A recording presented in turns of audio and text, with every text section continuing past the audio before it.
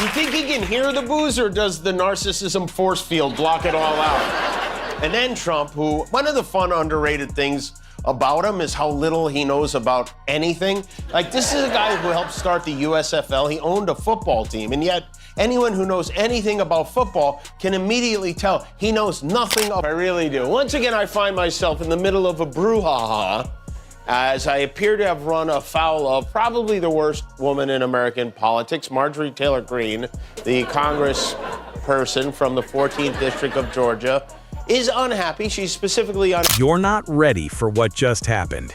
Jimmy Kimmel didn't simply roast Trump and Marjorie Taylor Greene, he slow roasted them live on national TV. The jokes were so sharp, they practically needed a disclaimer. Trump tried clapping back, MTG tried doubling down, and somehow the chaos got even funnier. Grab your popcorn, because we're breaking down every brutal punchline, every awkward pause, and every meltdown that followed. Trust me, this is one disaster you have to witness. Hard to believe. Anyway, are you ready? Beautiful. That's nice. You are hereby unconditionally pardoned. Because when they do, the Democrats will have the votes to release the Epstein files. It's so brazen that even one of the maggiest MAGAs of all of them has had enough. There is a new Democrat that's been elected that does deserve to be sworn in. If it's to avoid the discharge petition. The internet basically combusted the second Kimmel launched his comedic firestorm. Timelines filled up instantly, with people replaying his jokes frame by frame like analysts reviewing championship highlights. No one expected that level of impact, and it showed. You know, before he arrived, Trump had his plane fly over the stadium, dazzling fans with what some are calling the greatest flyover ever. I just want to say, was that the greatest flyover ever? Nobody's ever done a flyover like that. That's right. No one ever has done it. It was the greatest flyover, and Things escalated before anyone even understood what was happening. Kimmel held the monologue like a man armed with caffeine, sarcasm, and zero hesitation. The crowd lost it. Meanwhile, online fans churned out memes faster than celebrity breakup rumors. The meltdown spread like wildfire. Uncle Scam also treated the gathered crowd to a fairy tale about how low the price of food is now since he took office. Walmart announced that the cost of their standard Thanksgiving meal is 25% lower. The price of Thanksgiving turkey is down 33% from its Biden-era highs. Potatoes are down 13%, and gasoline will soon be hovering around $2 a gallon. Yeah. Just like your weight is hovering around 1 cent. Trump supporters scrambled immediately, trying to spin the situation like parents pretending their kitchen isn't on fire while the toaster literally explodes. Critics celebrated. News sites dove in because the clicks were skyrocketing. Even conspiracy corners joked that Kimmel unlocked some kind of comedy cheat code. How many touchdowns did you have back then? Oh, 6, is that right? 7? I'm not sure I had any. I'm not sure. I would have liked him as a quarterback. You definitely would have had like 6, 7 touchdowns there. He puts it in your hands. Now you see some of the guys with the powerful arms, and they throw it so hard. Tom Brady told me once, he said that, you got to put it in their hands. You got to help them out a little bit. Yeah, that's incredible insight, isn't it? Well, it turns out. Kimmel started the segment with the energy of someone who had seen the news and said, "Nope, we're talking about this tonight." Bringing up Trump and MTG in the same breath instantly signaled chaos ahead. They're basically the comedy equivalent of gasoline and a match. The room leaned in, ready for impact. She's had a tough couple of days. On our show Tuesday night, MTG, Clan Mom as we call her, earlier in the day, called 3 of her fellow Republicans pro-pedophile for supporting Judge Ketanji Brown Jackson's nomination to the Supreme Court, which is lovely, a lovely thing to say. So I made a joke. I said, "Where is Will Smith when you need him?" And the audience laughed. And then so she saw it. And she decided she was going to try to get some political mileage out of this. This is what she does instead of working. She tweets. After she saw it, she tweeted, ABC, contacts my employer. This threat of violence against me by Jimmy Kimmel has been filed with the Capitol Police. Every Trump impression landed with surgical accuracy. Not even a joke, just pure reenactment of his natural absurdity. Kimmel turned Trump's mannerisms into full interpretive art.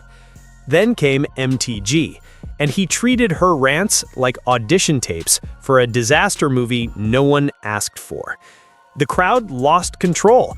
Even the politically neutral audience members were laughing because the absurdity was undeniable. His transportation secretary, Sean Duffy, said that before Thanksgiving, air travel could be reduced to a trickle, which is the same reason Trump's doctors put him on Flomax. Today, Trump lashed out at air traffic controllers who stayed home because they aren't getting paid. He wrote, "I am not happy with you. You will have a negative mark, at least in my mind, against your record if you want to leave service in the near future. Please do not hesitate to do so with no payment or severance of any kind." We would also like to extend that offer to you. That is going to have 218 signatures, and so I say go ahead and do it and get it over with. I don't know what's going on. I don't know if she had a near-death experience or maybe a medicine ball fell off a shelf at the gym. And Kimmel called MTG's interview style the escalation because she can turn even a normal question into a full action sequence. Her pauses feel dramatic, her answers feel unpredictable, and her statements always land like accidental punchlines. Then he switched to Trump's midnight social media rants, practically a museum of chaos. MTG popped back in with treadmill speed motivational speeches. The audience knew the punchlines before Kimmel even delivered them.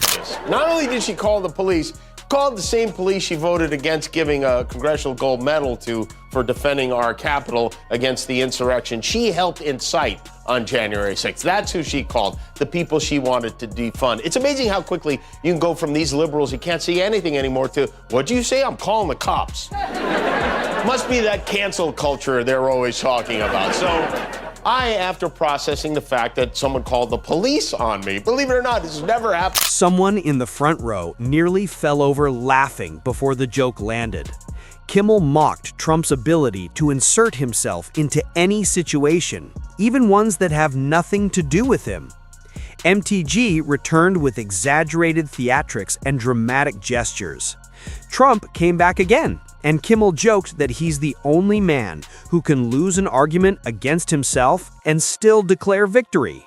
The room exploded. I mean, I guess in a way, the fact that he thinks he's thin enough to make fun of fat people makes it easier to understand why we think gas costs $2 a gallon, which it does not. In fact, if you're on the road and you see a sign that says gas $2 a gallon over the break, do me a favor and post that with the hashtag Gasolini, because, I mean, he says it's $2 a gallon. It must be true. They say this Thanksgiving could see the most... The aftermath spread beyond the studio like an explosion.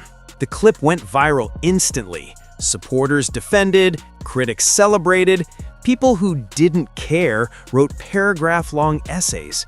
Reaction videos flooded TikTok. Memes were generated at record speed. One collage even showed MTG on a seesaw labeled, "Why are we like this?" The monologue became a cultural moment, bookmarked, saved, shared, and replayed endlessly.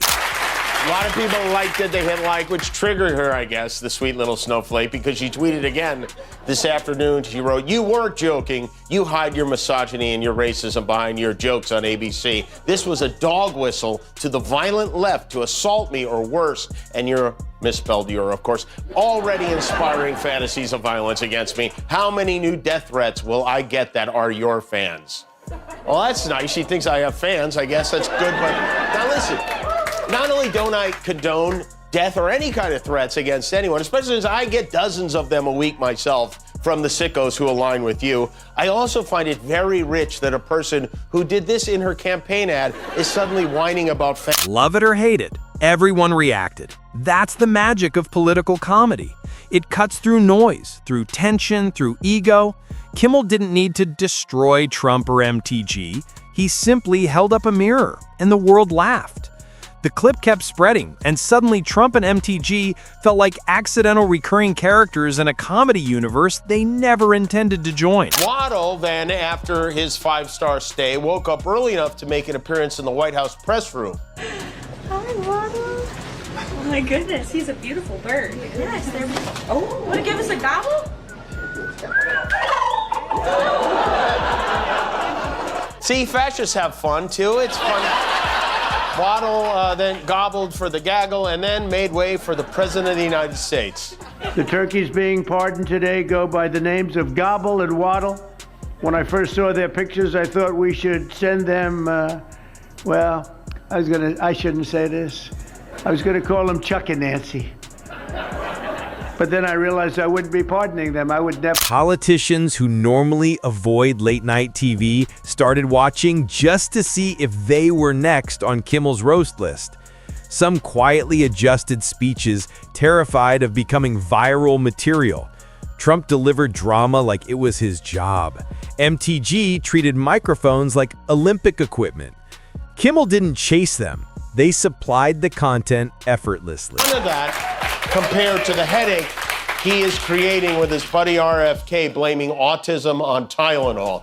His press conference yesterday was an all-timer. Trump, Bobby Brainworm, and Dr. Roz strongly recommend that pregnant women stop taking Tylenol immediately, and the president was very persuasive making his case. When the alternative is that nothing bad can happen, let's do it now. I was just saying to Bobby and the group, let's do it now. Nothing. This woman, you may remember, she's the one who endorsed fringe conspiracy theories and repeatedly indicated support for executing prominent Democrats. Soon, Trump and MTG-level chaos became a national measurement of disaster. Teachers joked about it, baristas wrote it on tip jars, gym trainers used it like motivational poetry. Even people who hadn't seen the monologue understood the reference because the cultural ripple was everywhere. And every time Trump or MTG popped up in headlines, the internet collectively prepared for the next comedic earthquake from Kimmel. Everyone braced for impact and enjoyed every second of it.